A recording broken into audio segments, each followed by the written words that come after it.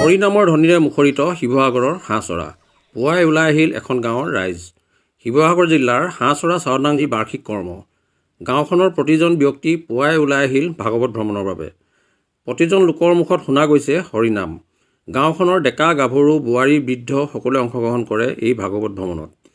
1969 চনৰ পৰাই প্ৰতি বছৰে এইদৰে বাৰ্ষিক কৰ্ম কৰাৰ লগতে ৰাতিলৈ ভাওনা প্ৰদৰ্শন কৰা পৰিলক্ষিত হৈ আহিছে। এই বছৰ ৰুক্মিণী হৰণ নামৰ নাটখনি প্ৰদৰ্শন কৰে।